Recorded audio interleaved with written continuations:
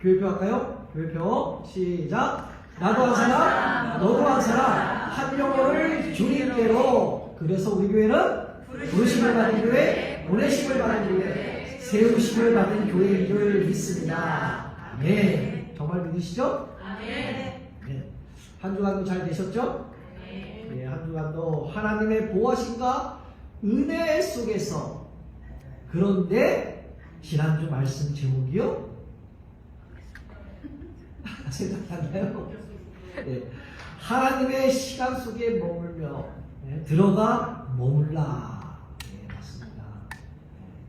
우리가 매주마다 기억해야 돼요. 제가 질문을 해요.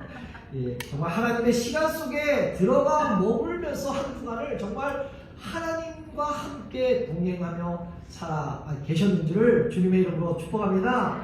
오늘은 예수님께서 그 나귀를 타고 예루살렘으로 입성하신 종려 주일입니다.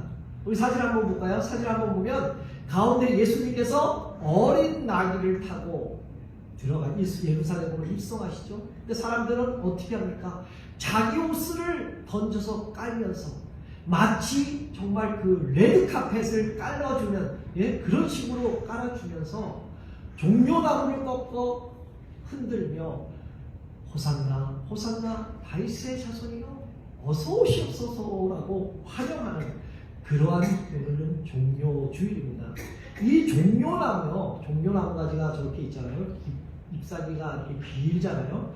그 종려나무 가지의 의미는 승리, 그 다음에 번영, 영광이라는 그러한 의미를 가지고 있습니다. 그래서 예수님께서 입성하실 때 수많은 사람들이 환호했던 것이죠. 왜요?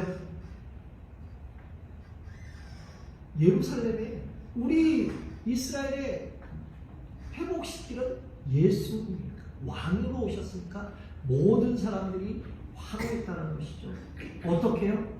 종려나무 가지를 흔들며 심지어는 자기의 겉옷을 벗어 길에 깔며 외칩니다. 호산나 호산나 다윗의 자손이여 주의 이름으로 오시는 이여 환영합니다 라는 것이죠. 사람들이 얼마나 이 날을 기다렸습니까? 얼마나 기다렸는데 이 감격스러운 날이었겠습니까? 그런데요, 며칠 뒤에는 안면을 싹 바꿉니다. 얼굴을 바꾸는 거죠. 결론적으로는 등 뒤에서 칼을 꽂는 것입니다. 그들의 입에서는 이런 외침이 나오죠. 어떤 외침입니까? 십자가에 못 박아라. 저 사람을 십자가에 못 박아라 라는 사람 이렇게 외칩니다. 근데 이 외치는 사람들이 누구였습니까? 예수님이 오실 때 자기 겉옷을 깔며 레드카펫을 깔며 종려나무 가지를 흔들며 호산나 호산나 와우 오시옵소서 환영합니다 축복합니다 우리를 살려주시는 왕이여 이렇게 환호하고 외쳤던 사람은 아닙니다. 그 사람들이 한순간에 얼굴을 닫고 십자가에 못 박으라고 이렇게 외치는 것이죠. 그런데 이렇게 환영하고 또한 이렇게 못 박으라고 하는 이 극적인 반전이 어디에서부터 비롯되었는가? 어디서부터 잘못되었는가? 라는 것입니다. 바로 그들의 기대와 예수님의 뜻이 엇갈렸기 때문입니다. 그들의 방법과 그들의 생각과 예수님의 방법과 예수님의 생각이 정반대였다라는 것입니다. 거기서 비롯된 것입니다. 그들은 로마 억압에서 벗어나게 해줄 그 정치적인 메시자를 원했지만 그러나 예수님은 죄에서 구원하실 십자가의 왕으로 오셨기 때문이죠. 그렇다면 오늘날 우리의 모습은 어떨까요? 나의 모습은 과연 어떨까? 입술로는 주님, 주님 이렇게 부르지만 정작 내 삶의 왕으로 모시지 않을 때 혹시 나는 살아가고 있지는 않은가? 그래서 이사야 29장 13절에서 이렇게 말씀하십니다. 우리 함께 읽어볼까요? 시작. 이 백성이 이루는 나를 가까이 하며 스스로 공경하나 그 마음은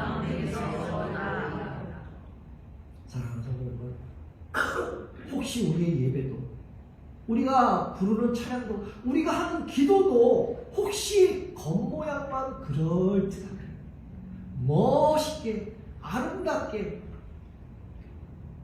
그렇게 보이면서 혹시 주님과는 멀어진 채 혹시 우리가 예배와 찬양과 기도 그렇게 드리고 있지는 않은가, 우리는 이 시간 다시 한번 살펴봐야 할 줄 믿습니다.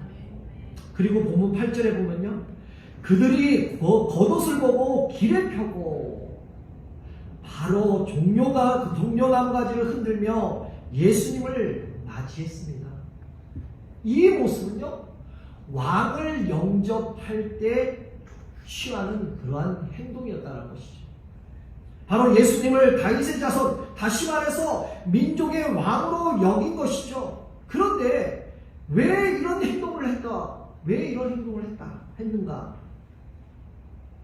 예수님이 입성하신 자기의 겉옷을 예수님이 지나갈 때 길바닥에 깔고 종려나무 가지를 꺾어 흔들며 열렬히 예수님을 환영했던 사람들입니다. 왜요? 민족의 왕으로, 이스라엘 왕으로 우리를 구원해줄 그러한 왕으로 오셨기 때문에 이렇게 환호적으로 했다라는 것입니다. 종려나무는 그 당시 승리를 하고, 왕이 승리를 하고 입성할 때 흔드는 그러한 행동이었습니다. 종려나무 가지를 흔드는 사람들은 예수님이 자신을 구원해 줄 승리의 왕으로 오실 것을 기대했던 것이죠. 그런데 예수님은 예루살렘으로 입성하실 때 자신이 왕이라는 것을 알기 위해서 어떤 것을 사용을 하셨습니까? 나귀 새끼를 사용하고 있었잖아요. 그런데 예수님께서 타고 오신 나귀는요, 그 나귀 새끼는 바로 누가복음 19장에 보면요, 사람을 한 번도 태워본 적이 없는 나귀 새끼라고 기록되어 있습니다.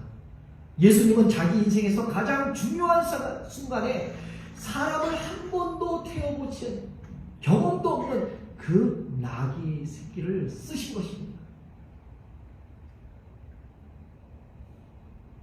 이 모든 것을 하나님께서는 당신의 도구로 쓰시기 위함인 것이죠. 건장하고 튼튼하고 힘이 센 그런 아주 사람을 많이 태운 그런 경력이 많은 나귀를 쓰신 것이 아니라 사람을 한 번도 태운 경력이 없는 소위 말하는 무경력 나귀. 그 무경력 나귀, 연약하고 미숙한 그 나귀를 예수님께서는 쓰신 것이죠. 그러면 우리가 연약하고 부족하고 우리가 나약할지라도 하나님은 우리 모습 그대로 아시고 쓰시는 분이신 줄 믿습니다. 그런데요, 그 중에 쓰임받는 사람들은요, 바로 하나님의 말씀에 겸손히 순종하는 사람인 줄 믿습니다. 하나님께 겸손하지 못하면요, 오히려 내 자신의 강함과 지혜를 가지고 하나님과 대적할 수밖에 없다는 것이죠. 그러므로 하나님께 쓰임받기 위해서는 하나님 앞에 겸손하고 순종해야 할 줄 믿습니다. 어린 나귀는 메시아의 겸손을 드러나는 도구로 쓰임을 받았습니다. 아무리 무거운 짐이 있더라도, 무거운 짐이라도 주인 그러한 짐을 지기 위해서 무릎을 꿇고 겸손히 그 짐을 받는 그 나귀의 모습이 바로 겸손의 왕을 나타내기 위한 아주 적합했기 때문에 그 나귀를 들어 쓰신 것입니다. 그렇다면 여러분들도 주님을 드러내는 도구로 쓰임받기를 원하십니까? 그렇다면 주님의 말씀에 겸손하게 순종함으로 주님을 드러내는 도구로 사용되는 우리 모두가 되시기를 다시 한번 주님의 이름으로 축복합니다. 그리고 9절에는요, 그들은 호산나 다윗의 자손이여라고 외쳤습니다. 호산나라는 말은 우리를 구원하소서라는 그런 의미를 가지고 있죠. 사람들은 주님이 이스라엘 민족을 구원할 자임을 분명히 알고 호산나 호산나라고 외칩니다. 그리고 찬송하려다가 주의 이름으로 오시는 이여 라는 이 말씀은요, 하나님의 이름으로 오시는 왕이심을 노래한 것입니다. 그리고 가장 높은 곳에서 호산나라라는 이 말씀은 주님이 메시아로서 찬양하고 있음을 의미하는 말씀입니다. 그러나 그들의 구원은요, 죄로부터 구원이 아닌 바로 현실의 문제를 해결하는 데 있었다는 것이죠. 그게 예수님의 구원과 그 자기만의 구원이 틀렸다라는 것입니다. 그들의 구원의 목적이 바로 내 삶을 좀 회복시켜주는, 좀 여기서 해방시켜주는 그런 구원의 목적이 있었다는 것이죠. 다윗 왕과 같은 강력한 지도력을 가지고 이스라엘을 재건할 그러한 기대를 이 사람들은 가지고 있었다는 것이죠. 그것이 바로 우리들을 구원해줄, 그렇게 생각을 했습니다. 그래서 예수님을 향해서 호산나 호산나 우리를 구원하신 구원의 자손이요 다윗의 자손이요 라고 외쳤다는 것이죠. 그런데 예수님은 그들의 기대와는 전혀 달랐잖아요. 예수님께서 그 사람을 구원하기 위해서 하신 일은 로마 제국을 공격하여 그들을 물리쳐서 승리하는 것이 아니었습니다. 오히려 예수님은 로마 병정의 손에 죽임을 당하셨잖아요. 그것도 연약하고 가장 비천하고 보잘것없는 모습으로 죽으셨지 않으셨습니까? 그러나 예수님의 죽음은 바로 사람을 살리는 가장 강력한 무기였다라는 것이죠. 예수님의 구원은 호산나를 외쳤던 사람들이 생각하는 구원과는 전혀 달랐던 것이죠. 예수님은 로마의 지배를 받는 것보다 더 심각한 것이 이들에게 있다라고 생각했던 것이죠. 바로 죄에서 지배를 받고 있다. 그래서 예수님은 모든 삶의 근본적인 문제를 죄로부터 그 사람들을 구원하기 위해서 오셨다는 것이죠. 지금 전 세계가 어떻습니까? 사람들은 죄종이 되어서 살아가고 있는 시대 아닙니까? 자신의 탐욕을 채우기 위해서 전쟁을 일으키고 다른 사람들을 해하면서 살아가고 있는 시대가 바로 오늘 같은 시대 아닙니까? 우리의 구원은 죄가 우리를 다스리는 것이 아니라 우리 생명 대신 예수 그리스도께서 다스리는 그 삶을 살아가는 것인 줄 믿습니다. 그러므로 우리의 삶에 지배하는 죄의 문제를 해결해 주시는 분 바로 예수 그리스도밖에 없는 줄 믿습니다. 사랑하는 성도 여러분, 이 세상에서 잘 살아가는 것이 과연 어떤 것입니까? 잘 먹고 건강하고 윤택하고 좀 더 풍요롭고 정말 남보다 좀 똑똑하게 살아가는 것이 중요하잖아요. 이런 것도 중요합니다. 그러나 아무리 우리가 육신으로 건강하고 자유할지 몰라도 풍요롭게 살지 몰라도 그 육신이, 그 마음이, 그 풍요로움이 죄의 종로로 된다면 그 육신의 구원, 그 물질의 풍요로움은 아무 소용이 없다는 것이죠. 그래서 사탄은 우리에게 지속적으로 예수 그리스도가 아니라 다른 것들로 향하여 호산나라고 외치라고 우리를 지금 속이고 있다는 것이죠. 강력한 로마 제국이 구원이라고 말하고 있습니다. 또한 돈이 나를 구원할 것이라고 호산나 호산나라고 외치라고 말하고 있습니다. 사람이 나를 구원할 수 있다라고 말합니다. 그래서 사람은 사랑과 재물과 권력 등을 향하여 호산나라고 외치며 살아가라고 우리에게 말하고 있죠. 누가요? 바로 사탄입니다.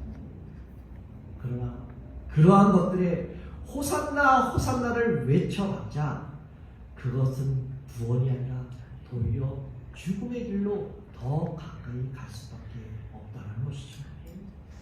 세상 사람들은 세상의 것들을 향하여 호산나라고 외칠 때 우리 하나님의 백성 바로 우리 성도된 우리들은 예수님만을 진정한 우리의 구원임을 믿으며 호산나 외치며 주님이 오직 구원자이심을 세상에 당당히 외치며 살아가는 여러분들 되시기를 다시 한번 주님의 이름으로 축복합니다. 그리고 11절에요. 사람들은 예수님을 뭐라고 설명합니까? 다시 나사렛 선지자, 나사렛에서 나온 선지자 예수라고 말합니다. 이 말이 무슨 뜻인지 아세요? 우리를 구원할 메시아 왕이 아니라 오직 그냥 있는 그냥 선지자, 일반인 선지자, 좀 말씀을 잘 알고 있는 그 선지자로 격화시킨 것이죠. 땅으로 떨어뜨린 것이 아니라 그 위치에 그 말씀입니다. 우리가 이럴 때 갈릴리 나사렛 저 사람이 누구냐라고 그 전절에 얘기하잖아요. 그러니 이 무리들은 우리를 구원할 왕이 아니기 때문에 저 사람은 나사렛에서 태어난 나사렛에서 온 사람 그냥 선지자일 뿐이다 라고 격화시켰습니다. 왜 그랬을까요? 그들의 기대에 맞지 않기 때문에 왕으로 오신 예수님을 바로 거절한 것입니다. 어떤 분이 이렇게 저에게 말씀하시더라고요. 얘기하다 보니까 저는 예배를 드리지만 늘 바쁜 삶에 쫓깁니다. 하나님 말씀은 들리지만 내 삶은 변하지가 않아요. 여러분들은 지금 이렇습니까? 예배는 드리지만 늘 바쁜 시간 때문에 그 예배를 정성껏 못 드립니다. 하나님의 말씀을 들리지만 내 삶은 전혀 변화가 되지 않습니다 라고 여러분들은 이렇습니까? 저는 그분의 말씀을 들으면서 그분의 신앙의 목적은 구원의 목적보다는 내 삶의 행복과 성취라는 그러한 성취가 더 강하다라는 그러한 생각이 저는 들었습니다. 예수님이 왕이 아니라 내 삶을 좀 윤택해주는, 내 삶을 조금 도와주는 그런 수단의 방법이 아닌가 그런 생각이 들었습니다. 오늘 이 세상이 바로 예수님을 구주로 믿지만 왕으로 모시지 않는 시대가 바로 오늘 같은 시대 아닙니까? 어쩌면 우리도 마찬가지 아닐까요? 교회에 와서 주님이라고 부르지만 모든 결정은 여전히 내가 하고 있다는 건 내 자신이 하고 있다는 것이죠. 주님에 맡긴다고 하면서 결정은 내가 하고 있습니다. 그게 우리들 아닙니까? 시간이 날 때만 기도하고 감정이 아주 동할 때만 헌신하지 않습니까? 그러나 여러분, 기도는요, 내 감정이 드러내는 진실한 고백인 줄 믿습니다.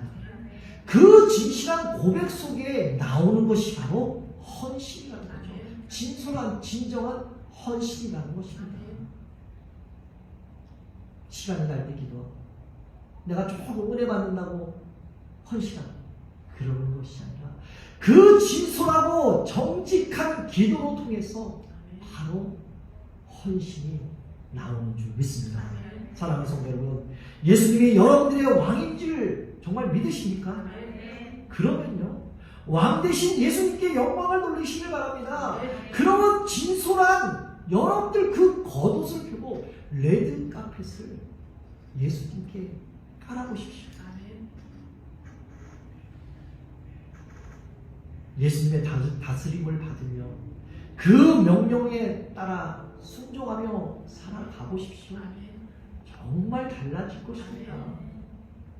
여러분들이 가지고 있는 것들을 기꺼이 들으며 구원의 노래를 불러 만왕의 왕 되신 그 예수께 기쁨을 더해 드리는 복된 우리 사랑하는 소망당국의 성도들 되시기를 다시 한번 주님의 이름으로 축복합니다.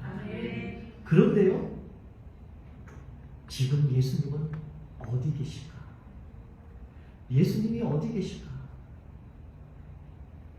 요한계시록 3장 20절에 이렇게 말씀합니다. 볼지어다 내가 문 밖에 서서 두드린다. 문 밖에 서서 문을 두드린다. 이 말씀이 무슨 말씀입니까? 지금 우리의 마음의 문을 두드리고 계신다라는 것입니다. 너의 마음 문 밖에서.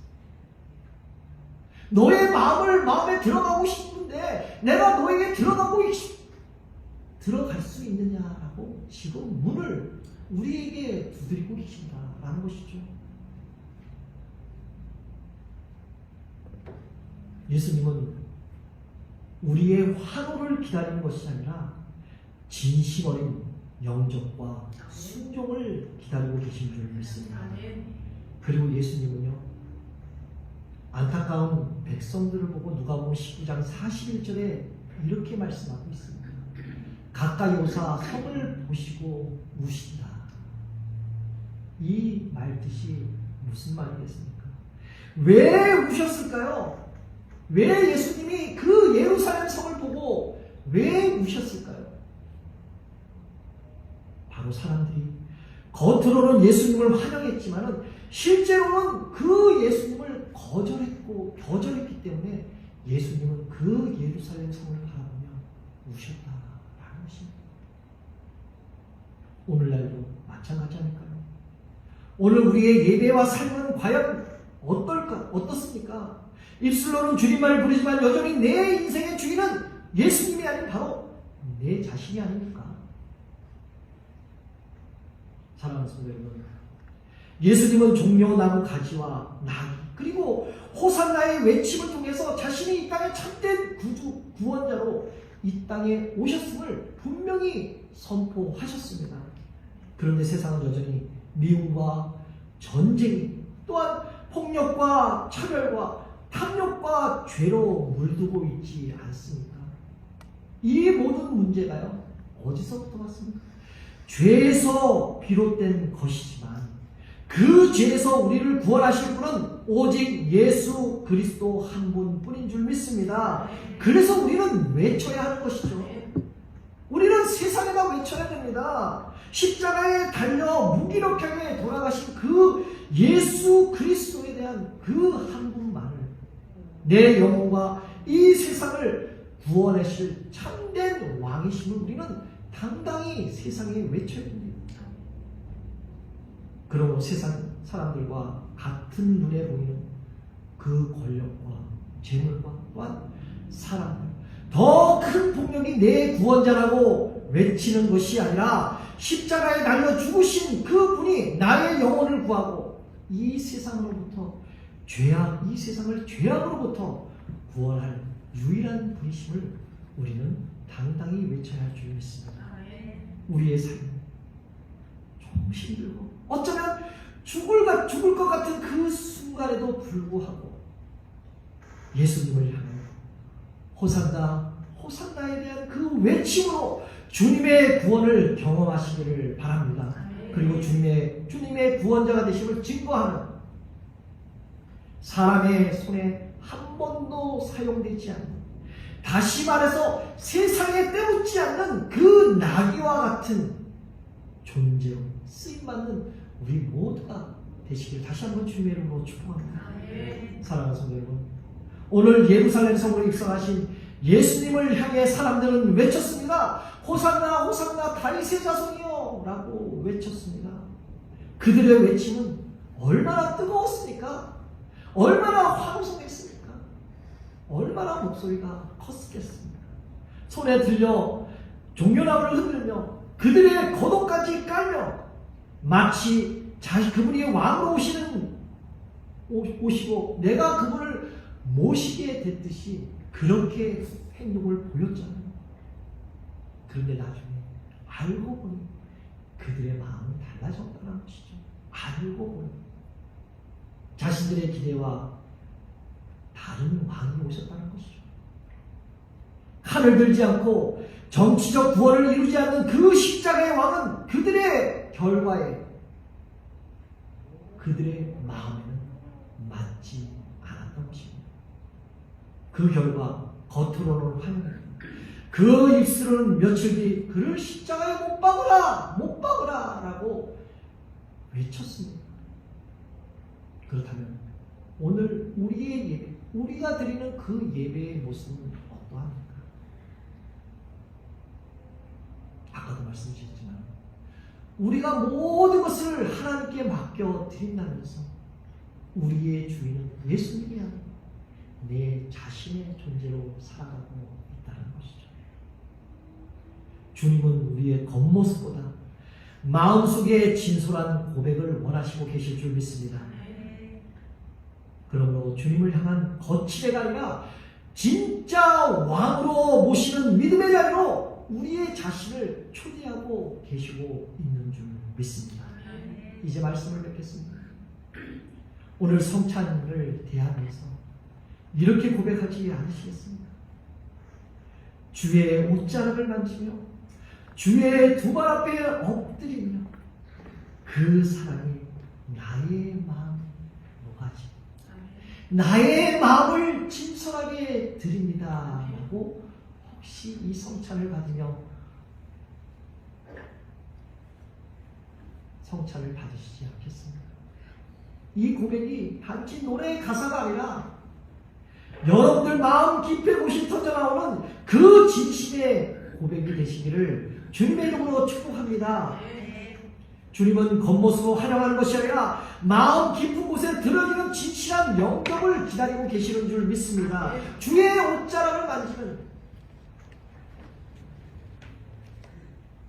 주님의 은혜에 나를 맡깁니다. 이 진솔한 고백이 있으시기를 바랍니다. 이 고백이 여러분의 입술뿐만 아니라 여러분들의 삶으로 이어져서 여러분들이 살아있는 그러한 믿음의 고백이 다시 한번 오늘부터 시작되는 이번 고난 주간에 이러한 고백으로 시작되는 한 주간 되시기를 다시 한번 예수 그리스도의 이름으로 축복합니다.